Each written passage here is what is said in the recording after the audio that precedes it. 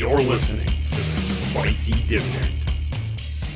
Well, it's been a long time, hasn't it? It's been about 3 years almost since recording an episode of the Spicy Dividend podcast. Boy, oh boy, have things changed. You know what? I'm giving it another shot. I don't know how many podcast episodes I'll be doing, but I just started putting new episodes on YouTube under my new banner. It's no longer Degenerative Dividends because it's just not true. I'm just not huge in the dividends right now at the moment. Who knows in the future? But my new YouTube channel, Road to Retire, all one word, ROADTORETIRE. I just started uploading videos onto that. I've done 3 videos with my new channel. So why am I back doing the podcast? Well, you know, it could be fun, and it's good to just, now that I have a microphone again, it could be good just yelling into it a while and make it a little cathartic. You know, that's what this channel's all about, right? This podcast is all about. It's all about me. You like listening to me rant and rave about crap. So, boy, oh boy, a lot has changed in 3 years. So let's just give a little personal backdrop and what happened with the dividend investing and whatnot. So I was having a lot of back pain, okay, like a ton of back pain to the point where I had to sleep sitting up. So my wife and I had to get a split king bed. So I'm, sleeping sitting up because I couldn't lay on my side. I couldn't lay flat. I couldn't cross my legs at all. I couldn't move my legs at all. So basically like an old man dying in a hospital bed is how I had to sleep. I finally had enough because I couldn't even jog. It wasn't physically capable of jogging. Anytime I expanded my legs, I was feeling sciatic pain. But this was more than just sciatic pain. Something was up. So, after finally paying for all of the rehab that literally did nothing because insurance companies are a freaking fraud, and I had to pay $3,500 out of pocket for them to twist my legs and make the pain worse, I was finally able to get an MRI. And while I did indeed have some rips in my spinal cord, so I had some, why can't I think of the freaking word right now? Slip disc. I had a couple slip disc. The big problem that they found out that I had no idea I was living with my whole life was polycystic kidney disease.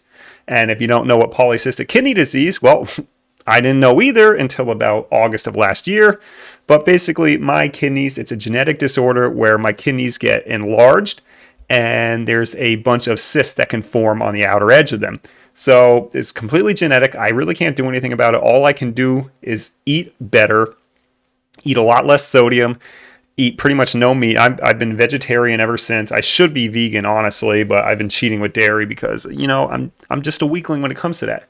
So polycystic kidney disease, I'm vegetarian for life. I have to make sure that all my numbers are good in terms of filtration rate for my kidneys, blah, blah, blah, blah, blah. So that's one thing that was going on. And another thing I'm not even going to get into, but it's another personal issue that I'm having health-wise that I don't really want to talk about. Nonetheless, I've spent freaking $5,000 out of pocket.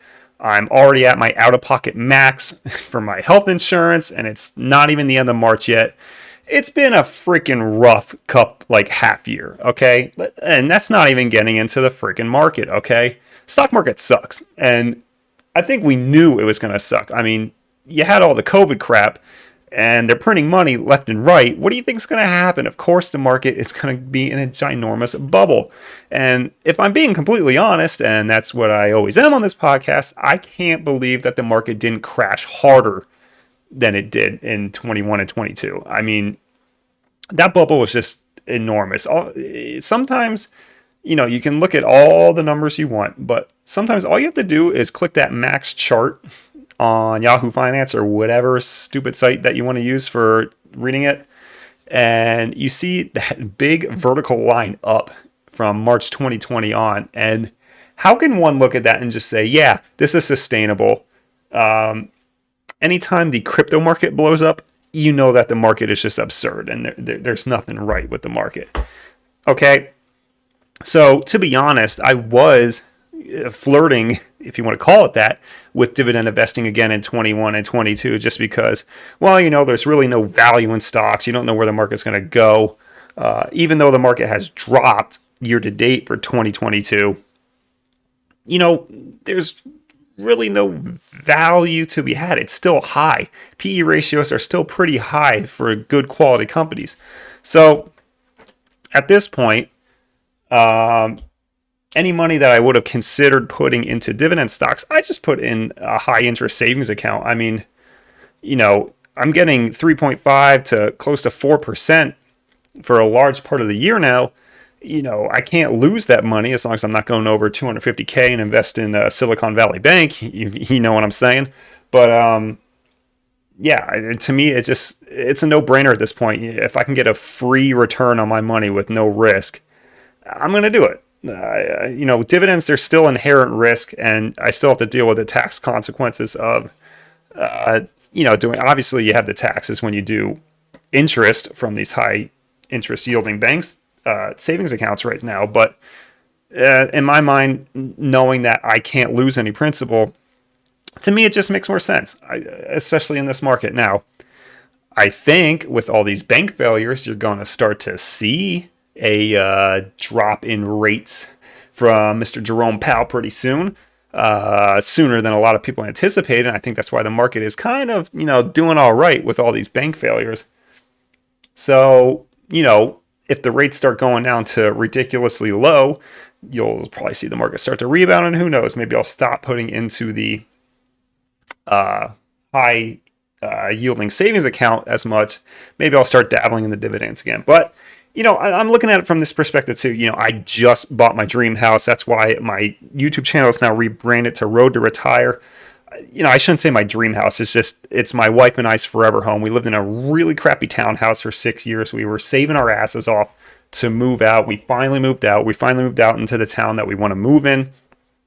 We love this house, and I'm going to do everything in my power to pay it off as soon as freaking possible. So we were able to put down 30%. So we don't have to worry about mortgage insurance or any of that crap. But it's still a ridiculous rate of 5.625. And to get that 5.625% interest rate that we got, we still had to pay mortgage points to get it down to that level. So we were originally offered a 6.1% rate. And, keep in mind, this is with 30% down. And my wife and I's credit scores are both in the 790 range. So we have very good credit. We put 30% down, and that is the best rate we got offered initially, was 6.1. So it's crazy. So I am trying like hell to pay off my house as soon as possible.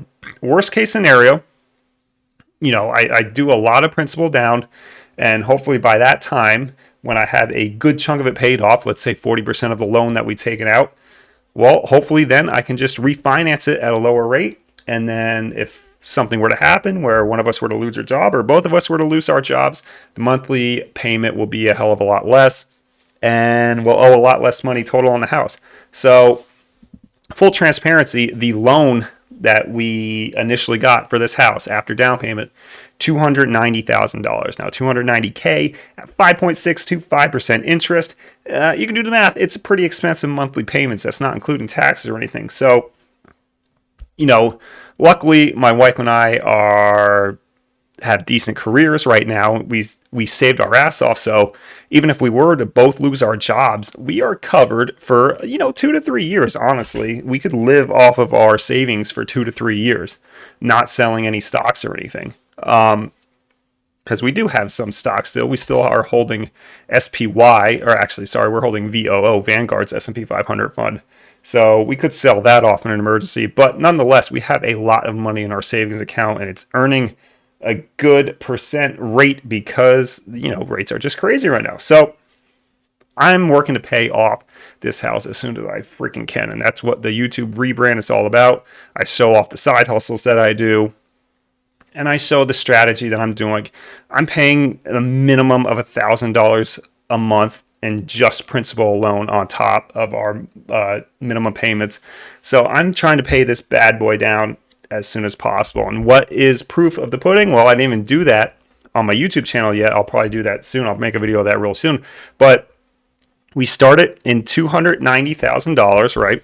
And this was our first payment. Our first official payment was December of 2022, so last year, so it's only been about 4 months, we've already paid $11,000 off in principal. And to put it into perspective, if we would have just been doing minimum payments, we would have paid off roughly $1,250 if we were just doing minimum payments and not adding anything additional to the principal. But we paid off over $11,000 now, and it's been about 4 months. So, we're making great strides. I don't think this pace is sustainable, but at the same time, if we're doing $1,000 minimum a month on top of what we're paying, well, that's awesome. We're going to be paying it off a hell of a lot faster in 30 years, which is what our mortgage is at. The length of our loan, I should say. So even if you were to stick to just $1,000 a month and not throw all the side hustle money I'm doing on top, you're still going to cut about 17 years off the mortgage. So the cool thing is that with $11,000 paid off already in principal, if we were to stop doing anything more than minimum payments right now, we would still save 2 years off the mortgage. So that's the way I'm looking at it. That's why I'm trying to pay it off as soon as possible. You want to get that, how do you want to look at principal ball going, I guess, where you're paying a majority more principal than you are interest. Oh my God, that first payment sucks.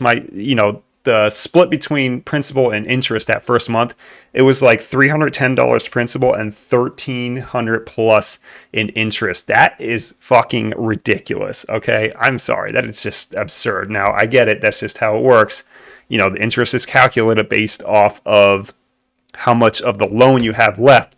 But my God, that is so painful to see. Anytime you pay $1,600 on something, you want a little bit more than $310 of that $1,600 actually going to something that would somewhat be considered an asset for you. So yeah, that's how my life has been going right now. I'm just worried about paying off the house.